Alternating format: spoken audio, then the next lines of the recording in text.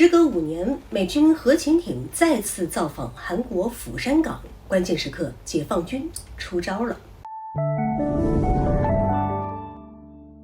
各位好，欢迎来到新乐锐评。根据媒体报道，美国海军太平洋舰队在社交媒体上发文表示，美军斯普林菲尔德号攻击核潜艇已经进入韩国釜山作战基地，并且公开了多张照片。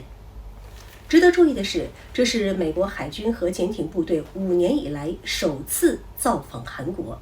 上一次派出核潜艇公开访问韩国的时间还是在2017年。很显然，在中美关系紧张之际，美国派出斯普林菲尔德号核潜艇在中国周边晃悠，这是在玩核威慑那一套。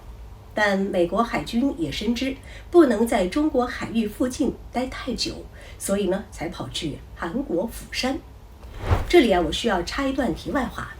此前互联网一直流传解放军在黄海、渤海等地区围捕某国的大黑鱼，现如今美军的核潜艇现身韩国釜山港口，两者之间是否有着内在联系呢？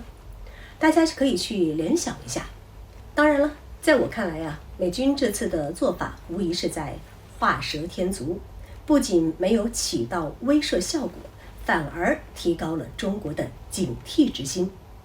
估计这次事件过去后，韩国釜山港的美军作战基地有可能也会列入解放军远程打击部队的优先选项。本来还没当回事儿，现在算是给中国提了个醒。再把话说回来，既然美军有了大动作，本着礼尚往来的传统惯例，解放军也不会闲着。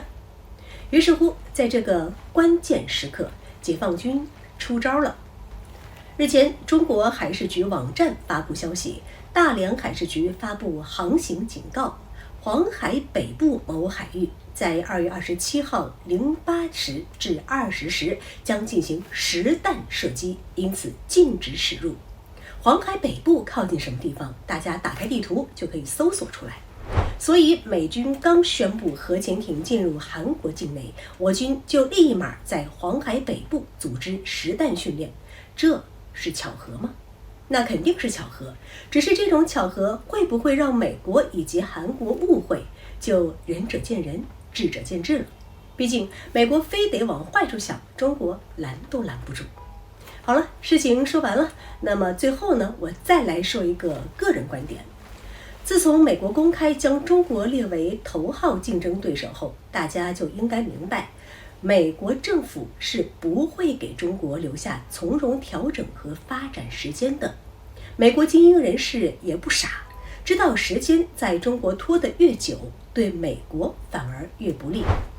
也正因为如此，大家可以看到，在2023年开启以后，美国对中国的经济、科技、外交、军事动作都越来越频繁，打压力度呢也是越来越大。